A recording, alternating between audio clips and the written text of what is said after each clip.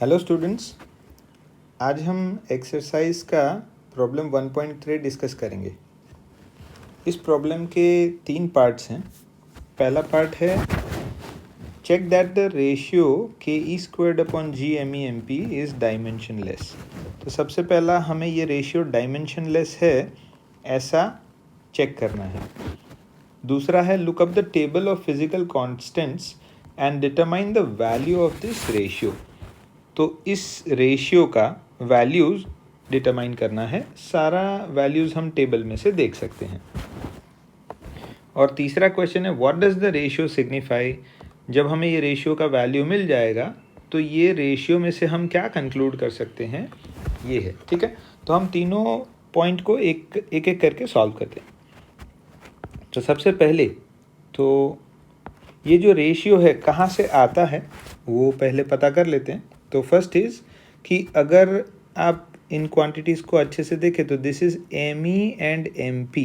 ठीक है, तो यानी मास ऑफ इलेक्ट्रॉन और मास ऑफ प्रोटॉन है। माने ये इलेक्ट्रॉन और प्रोटॉन के बीच में कूलम्ब फोर्स और ग्रेविटेशनल फोर्स का डिस्कशन है।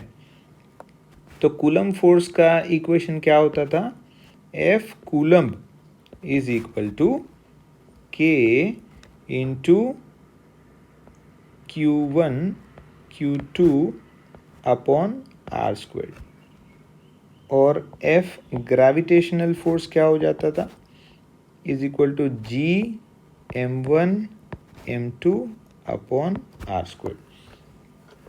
अगर हम इन दोनों का रेशियो लेते हैं, जिसमें रेशियो लेने से पहले Q1 is an electron, Q2 is a proton, M1 is mass of electron and M2 is mass of proton.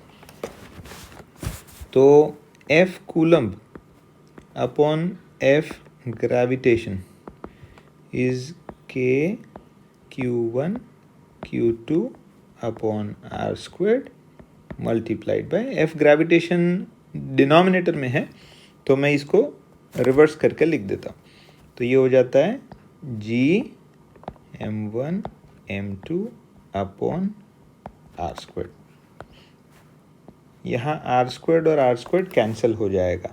तो देखिए ये जो क्वेश्चन में हमें कहा है वही रेशियो हमें यहाँ पे मिल जाता है। F coulomb upon F gravitation is equal to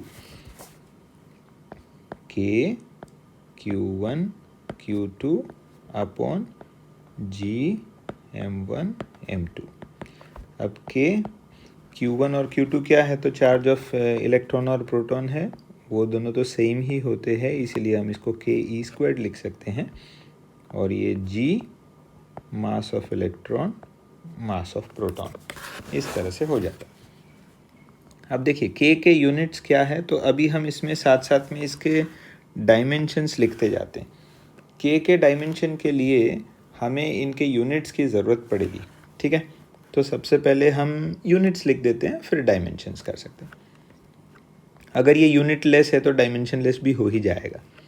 तो के यूनिट्स क्या है, न्यूटन मीटर स्क्वायर्ड पर कूलम स्क्वायर्ड। ठीक है, और चार्ज के डायमेंशंस क्या होते हैं, कूलम स्क्वायर्ड। इसी तरह से यूनिवर्सल कांस्टेंट ऑफ ग्रेविटेशन के लिए न्यूटन मीटर स्क्वायर्ड पर किलोग्राम स्क्वायर्ड। और मास ऑफ इलेक्ट्रॉन और मास ऑफ प्रोटॉन का यूनिट हो जाएगा किलोग्राम स्क्वायर्ड। अगर आप अच्छे से देखेंगे तो ये कूलम स्क्वायर्ड से कूलम स्क्वायर्ड कैंसिल हो जाता है, किलोग्राम स्क्वायर्ड से किलोग्राम स्क्वायर्ड कैंसिल हो जाता है, और न्यूटन मीटर स्क्वायर्ड से न्यूटन मीटर स्क्वायर्ड कैंसिल हो जाता है। तो इस तरह से हम ऐसा बोल सकते हैं कि F coulomb upon F gravitation is a dimensionless quantity, unitless and dimensionless.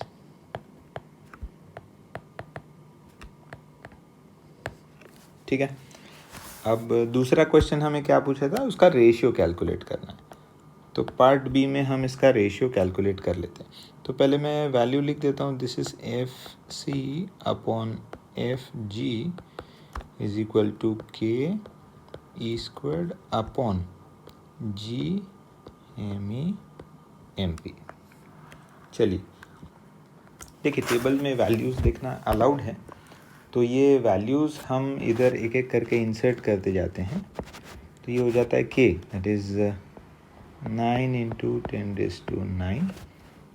Charge of electron और प्रोटॉन सेम होता है, 1.6 इंटू 10⁻⁻19 का whole squared. Mass of electron और प्रोटॉन डिफरेंट होता है, और universal constant of gravitation 6.67 into 10⁻⁻11। Mass of electron is 9.1 10⁻31, और mass of proton 1.67 into 10⁻27। Okay, अब अगर हम ये सारे वैल्यूज़ को सब्स्टिट्यूट करके कैलकुलेशन करें, ठीक है, तो क्या मिलेगा? F coulomb upon F gravitation is approximately equal to 2.3 into 10⁻39। इसके पीछे कोई यूनिट नहीं आएंगे, है ना, क्योंकि ये एक रेशियो है, because it is a ratio.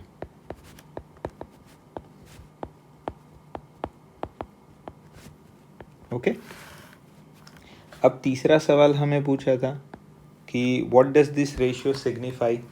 तो ये रेशियो क्या सिग्निफाई करता है? न्यूमरेटर में कूलम फोर्स है, डिनोमिनेटर में ग्रेविटेशनल फोर्स है, और ये बहुत बड़ा वैल्यू है, ठीक है। तो इससे हमें ये पता चलता है कि the coulomb force is much much greater than the gravitational force. F coulomb is much much greater than F gravitation. ये हम इसमें से कंक्लूड कर सकते हैं।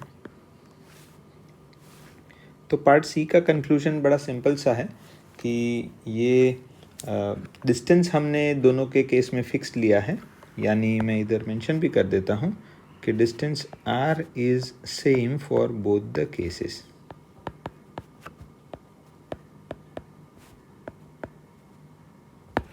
ठीक है, तो उसको अगर कंसिडरेशन में लिया जाए तो coulomb force is much much greater than the gravitational force. But coulomb force short ranged force होते हैं और ग्रेविटेशनल फोर्स थोड़े लॉन्ग रेंज फोर्सेस हैं, इसीलिए हम नॉर्मली अगर देखें तो दो चार्ज के बीच का फोर्स हमें ज़्यादा दूरी पे नहीं देखने मिलता है, लेकिन दो मासेस जैसे कि अर्थ है, सन है, इनका जो ग्रेविटेशनल फोर्स है वो काफ़ी दूर तक हम एक्सपीरियंस कर सकते हैं।